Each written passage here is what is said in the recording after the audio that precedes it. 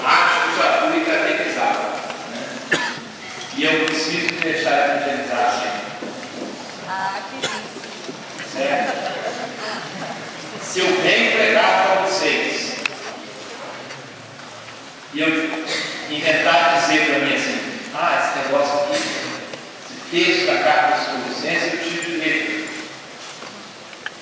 O dia que eu disser isso aqui, eu estou desrespeitando profundamente o Evangelho. Cada palavra da Escritura tem que ser para mim milhões de vezes nova. Agora, como evangelizar quem já é catequizado? Mestre de você. Estude o Evangelho como se fosse a primeira vez. Eu não sei de quem que é a frase, eu já vi escrito em vários travestis, dirigido ao padre, diz assim, sacerdote, celebre esta missa como se fosse a primeira, a última e a única de sua vida. Então, quando a gente faz dessa forma, você se re-evangeliza.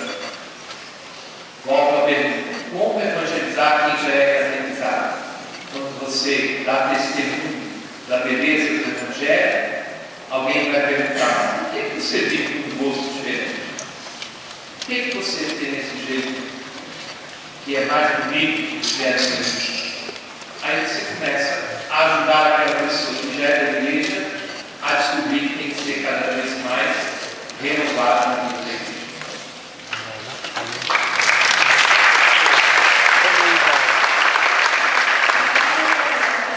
Como o Senhor poderia dar exemplos sobre o que o apóstolo quis dizer em sermos cristãos de coluna vertebral da sociedade de hoje? Você, para ser um cristão de coluna vertebral, você não pode conhecer diante das dificuldades. Vou dar um exemplo: eu avesso do tapete. Aí você diz assim para mim: não, Beto, eu vou embora da igreja. Eu estou obrigado com Deus. É mesmo? Por quê? Porque uma pessoa estava doente na minha família, eu pedi a Deus para curar, e Deus não me ouviu. Então eu não quero saber mais de Deus. Isso não é cristão de coluna vertebral.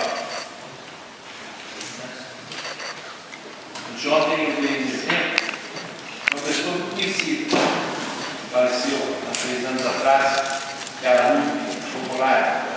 Eu contava que, quando estudava, um dia o professor começou a falar uma coisa na aula e ela sentiu na sua consciência de que não era verdade. Ela se levantou e disse assim: professor, eu não sei explicar, mas a minha consciência me diz que aquilo que você está falando aí agora é errado. Ao lado dela, uma outra moça levantou: eu também acho. O rapaz: eu também acho. Faltava coragem. Um cristão com coluna vertebral não aceita que o profeta acha que quer colocar na cabeça.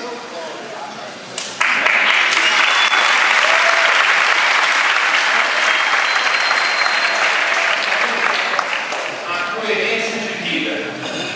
Se você vive o Evangelho e o pratica onde você está, você é cristão do mundo vertebral. Agora, se qualquer coisa, quer dar um exemplo muito prático, é hora de ir para a missa. Aí você diz assim: estou muito cansado. E depois ainda vira o padre, o bispo, com a cara mais antiga do mundo, e diz assim: você não acha que se não tiver com vontade, acorda na segunda-feira, e na hora que levantar para trabalho, a risca só um olho assim, e fala assim: não vou trabalhar não. Com 2, 3 dias você perde o emprego, né? Agora, sinistra, você vai quando está afim, então você não fez uma escolha. Não é questão de coluna vertebral. E aí, os exemplos podem ser então.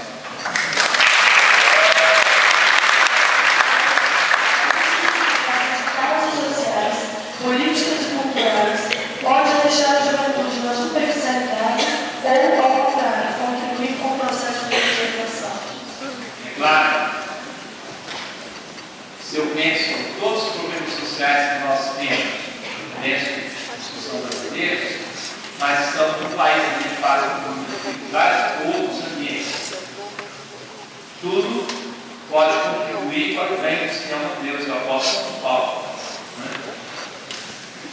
chega em Atenas, vê lá aquela função de altares, ele deve pensar, por onde que eu vou começar a conversa?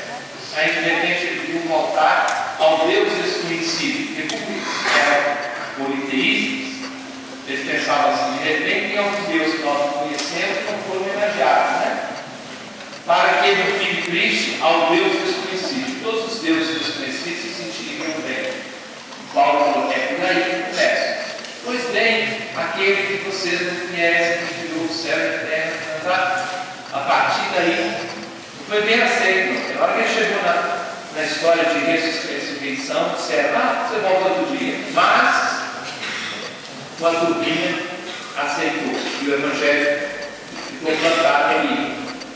Então, ali era uma confusão religiosa. Você chega numa circunstância difícil, social, e se você alimenta a revolta, você não soube valorizar aquela situação. Se você alimenta a partilha, a leitura da alma, então você começa a descobrir o valor. Hoje eu perguntaram na entrevista uma coisa. Está nos jornais aqui desse manhã nesses dias, né? Protesto contra a língua de Papa, porque esse caso é muito inteiro, com esse tempo, etc.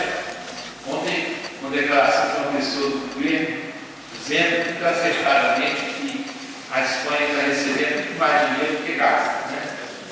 Só com aquilo que nós, os peregrinos, deixamos por aqui, né? Recebe muito mais do que gastar. Mas será que tem que gastar, ao invés de gastar com só dinheirinho, para ouvir a palavra de Deus, gastar com outras coisas para resolver os problemas sociais? Eu respondi dizendo que o maior investimento que se pode fazer é gastar com a formação das pessoas. Tem o exemplo da Coreia. Estão aqui muitos jovens da Coreia, que veio com eles. Nós estamos juntos nesses dias, fiz um amigo, e a Coreia, nos últimos 40 anos, 30, 40 anos, investiu pesadamente na educação, na formação. Não dá para medir o tudo, porque está mexendo dentro das pessoas. Né? E é curioso, um país que investiu seriamente na educação, hoje não tem menos do que 1000 batismos de adultos por mês. Né? Porque eles não se fecharam. E tem outras religiões que eles respeitam a todas. Então, se eu gasto para levar Jesus Cristo aos outros, eu estou fazendo o que existe melhor. O que existe melhor para as pessoas. Então, quando eu vou aproveitar qualquer circunstância para evangelizar, e todas as circunstâncias são boas para evangelizar, porque se eu encontro uma população muito pobre, e eu vou dizer para eles, olha, vocês, né, nessa igreja, vou alimentar a sua revolta, então, eu não levei nada do cristianismo, mas se eu sou capaz de comer bem, então é essa coisa que começa a caminhar.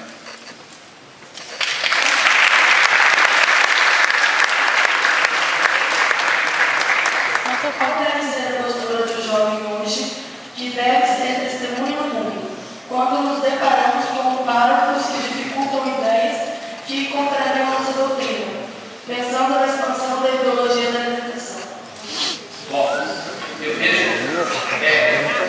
quando a gente pensa em Brasil, fica discutindo essas coisas, ideologia da alimentação. Paulo, uma sadia da libertação, ela é bem dispensável. Só que o que aconteceu foi quando, nessa visão, as coisas se introduziram ideologia marxista, que é baseada exatamente nessa luta de classes. Então, quando isso acontece, e quem fica nessa mentalidade se esquece, pode ser padre, pode ser leigo, pode ser previsto, né? Mas quem se mantém nessa cabeça esqueceu de que o mundo mudou. Não é mais polarizado no tempo de época de outros métodos para evangelizar. Mas não importa a mentalidade do padre ou de quem quer que seja.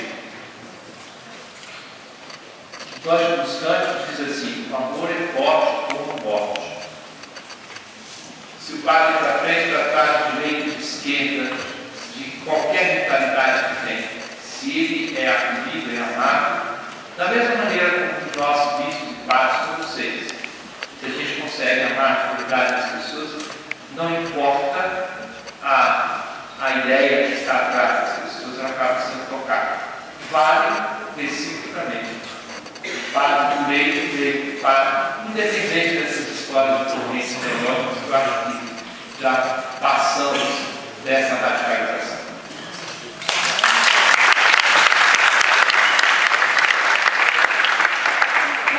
É a radicalidade do Evangelho. Vivendo o Evangelho. A experiência comigo, eu digo a vocês, quantos de vocês talvez tenham conhecido através da televisão? Na TV Nazaré, na Canção Nova, eu tenho todos os dias 4 grupos de televisão antes da missa de manhã cedo. Eu cheguei ano passado no final das missas, numa casa de retiro, uma senhora que trabalhava na cozinha, eu perto de mim disse: o senhor é João Roberto Cabreiro? Eu disse: sou eu mesmo. Ela disse assim: eu escuto o senhor todos os dias. Muito obrigado. Ou se ela me escuta, porque tem uma rede de televisão aqui que retransmite a Canção Nova. E onde a senhora é? De Cabo Verde. Eu disse: Deus está chegando a minha palavra. Cheguei a Cabo Verde no ano de maio, já era mais conhecido que nível de cristão, né? Pelo mesmo motivo. Certo? Então, qual é o objetivo desse programa? Pegar uma palavra do Evangelho do dia, dizer simplesmente como viver. Se eu pego o Evangelho e vou gastar tanto tempo para interpretar, mas sem levar a viver, então, eu estou sendo essa radicalidade do Evangelho. Radicalidade do Evangelho é em primeira pessoa. Ouvir a palavra e descobrir que ela é para mim, porque senão eu quero a tradição dos outros. Quando eu estudo para mim, aí eu estou sendo radical positivamente e dou testemunho do Evangelho. Como reagir ao lacismo sem ser agressivo, mas também sem ser passivo? Eu penso que Papa ontem disse que para mim é que a sociedade aprendesse a respeitar também a prática religiosa. Né? Ela precisa aprender. Eu vivo num ambiente diversificado, pluralista, sociedade nossa é assim hoje. Né? Agora, nesse ambiente pluralista, eu tenho que respeitar as convicções dos outros, mas preciso também criar condições para que as minhas convicções, a minha vida, seja valorizada, seja respeitada em encontros, espaços. Quando eu vivo profundamente a minha fé, não sei se vocês já observaram isso, o cristianismo é a religião mais secularizada do mundo.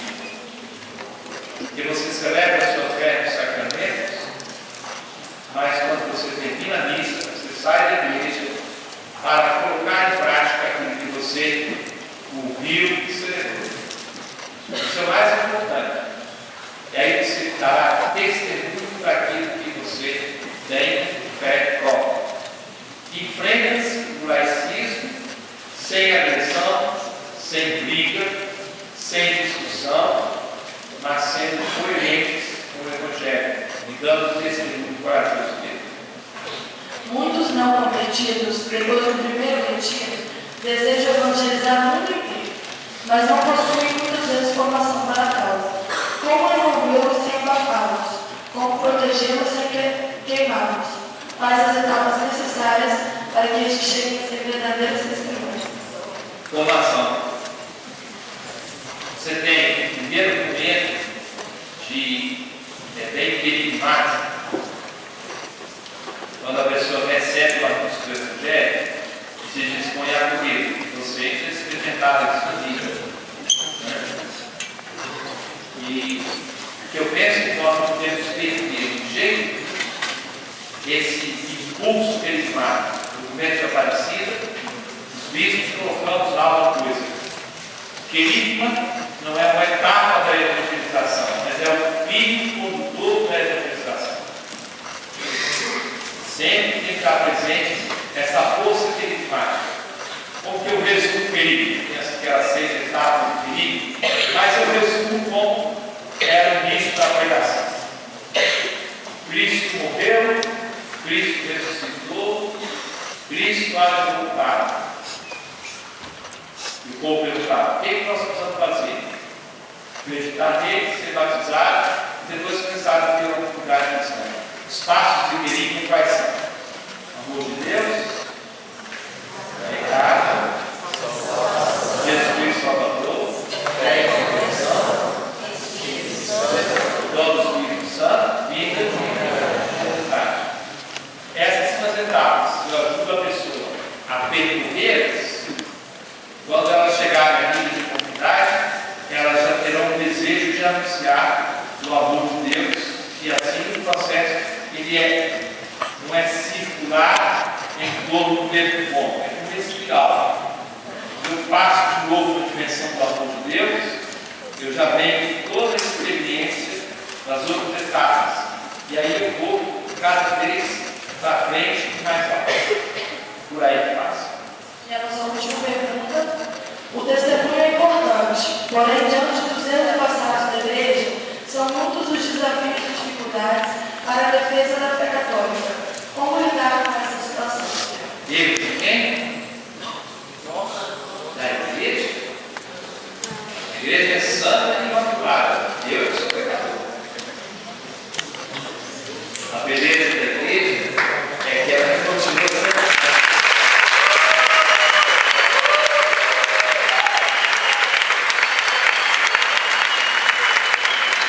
Por mais que eu sou pecador, nosso Senhor preserva a sua igreja, porque o sangue dele fica continuamente, essa esposa imaculada. Isso é muito importante aqui a função. Agora, o mais bonito é que a igreja é santa, mas feita de pecadores. Por isso que dá para essa expressão: igreja santa e pecadora. É mentira. Igreja é santa, mas feita de pecadores. Certo? Então, nós temos uma bela mania. Se houver até um professor ou professora de história, desculpe, mas você vai reconhecer coisas que existem. Uma boa parte dos livros de história que ainda correm por aí foram feitos no tempo de uma leitura marxista da história, onde a gente vai ter que descobrir em cada época da história quem foi o opressor, quem foi o oprimido. E aí a gente não aprende a descobrir que existe um espírito condutor da história. Como a gente vai passando e descobrir a linha que vai levando para frente a história. Que não é só esse jogo de contrastes de opressor e oprimido. Não é? Então, houve exageros, houve erros na vida das pessoas da igreja, houve. O Paulo II, ele foi um primor no sentido assim: gente, se os cristãos das gerações anteriores erraram, vamos ter coragem de reconhecer esse erro e pedir perdão.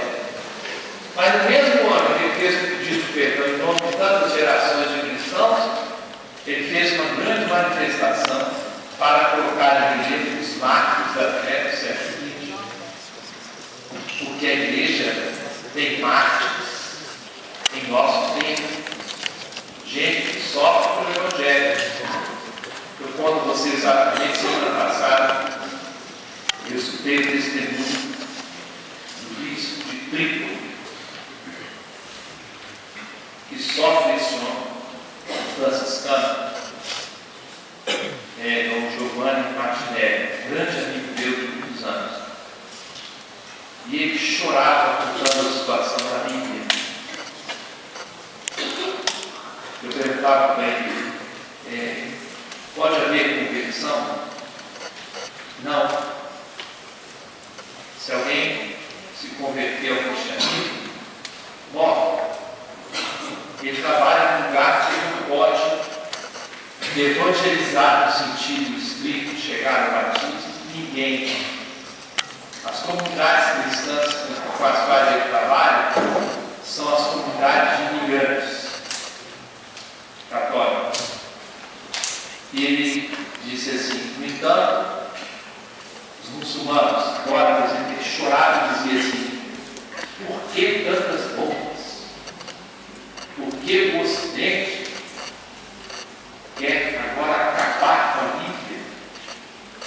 Ele dizia assim: eu recebo na minha casa todo dia legiões de muçulmanos, e a evangelização que ele faz é da caridade, é do acolhimento, é da escuta. Numa circunstância extremamente difícil. E ele me contava que as pessoas muçulmanas chegam lá e dizem assim: não nos abandona. Porque, por exemplo, os italianos saíram, que são considerados inimigos. Muitos italianos trabalharam lá. Só ficaram os padres e as religiosas. Ele dizia: todo mundo fugiu, só que não nós. E não podemos nem batizar uma pessoa livre, mas temos que amar. Então, se os cristãos tiverem erros no correr da história, tiveram muito mais assíduos, os testemunhos foram muito maiores do que as partes. Se a gente toma consciência disso, nós podemos, e aí vem a nossa responsabilidade. Aí você vê lá um livro de história, aí vem as famosas manias. Não se lê um livro de história sem fazer uma acusação, lendo a Inquisição com a cabeça de hoje. Né? E aí a gente falha vergonhosamente. É uma maneira baixíssima de fazer história, entender uma época com critério de outro. Né? Então, logo a gente vai dizer: por isso que eu comecei a dizer erro de quem? Da igreja? Erro de cristãos. Né? Vários pecados. Gritando: Senhor, concedido com sua graça. Então é bom a gente ter consciência disso. Tem muito mais coisas boas do que falhas dos cristãos. Né? E o santo orgulho de dentro que nosso Senhor mantém a sua igreja com essa esposa imaculada, preservada, mesmo feita de cristãos que somos pecadores, que somos todos nós, e precisamos continuamente dizer que carecemos da misericórdia de Deus. Muito obrigado.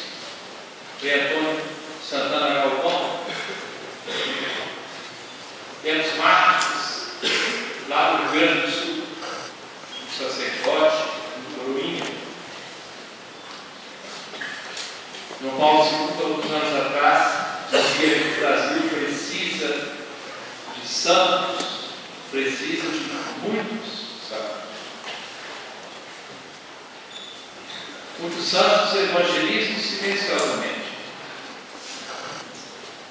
Muitos deles, pensando nos santos inocentes, aquelas crianças que puderam denunciar o nome de Jesus e morreram por ele.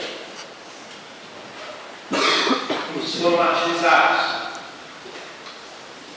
Ano passado foi identificada uma jovem gente do Popular que ela lute.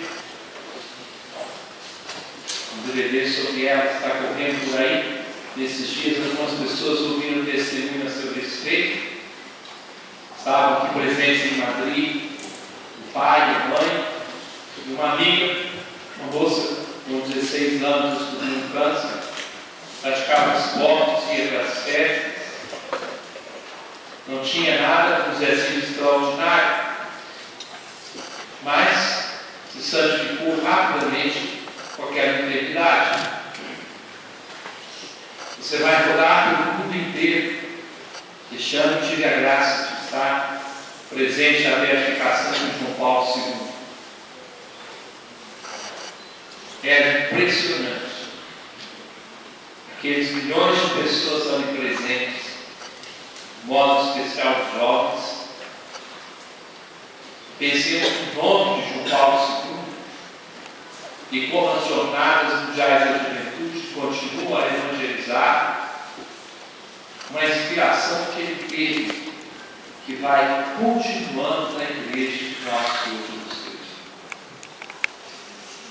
Os santos vão além do seu tempo.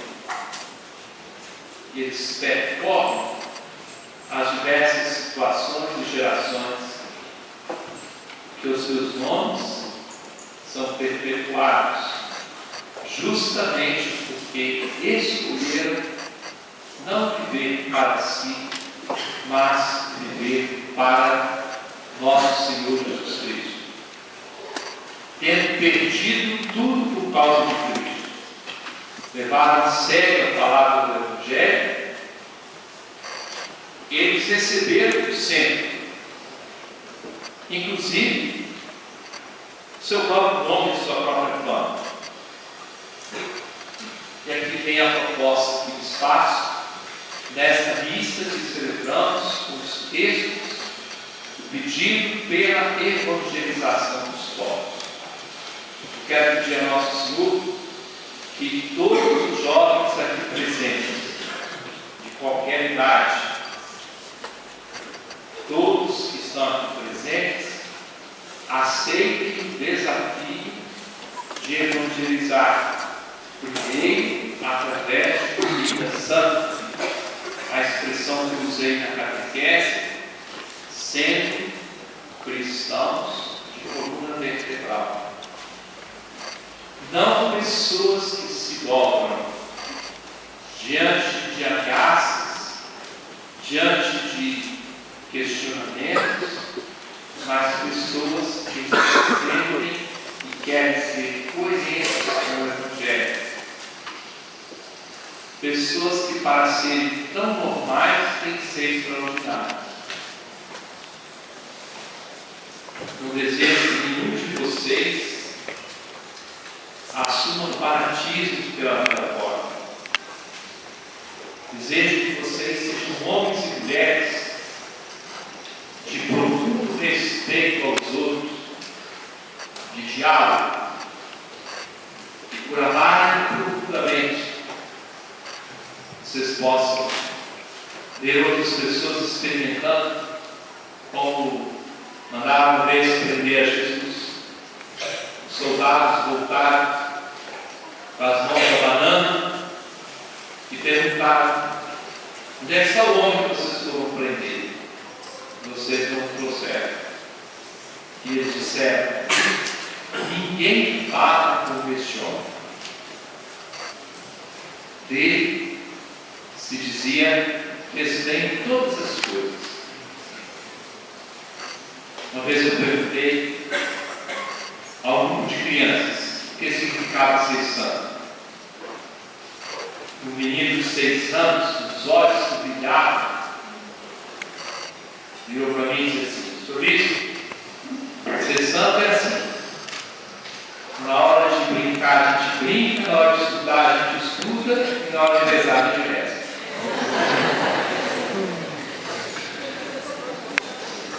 Topa essa santidade? Parece tão simples, mas exige uma dedicação. Exige viver bem cada momento presente. Existe levar a sério, como eu observava na catequese, não deixar qualquer pessoa passar em mão ao nosso lado. Exige que quando você vai rezar, você reze mesmo.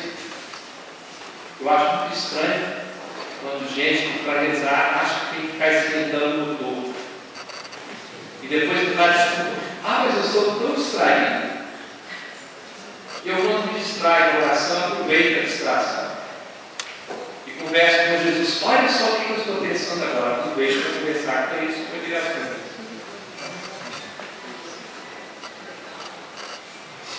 Seja cristão, sem muitos alunos. Seja cristão sem esquisitices. Sabe? A liberdade, a beleza, a harmonia, o gosto pela vida. É assim que você evangeliza. Meu desejo na oração nessa Santa Missa é que todos nós aceitemos essa proposta de evangelizar sendo santos, sendo como Deus nos quer. É a graça que nós queremos pedir como crianças. Passamos um pouco de silêncio, acolhemos a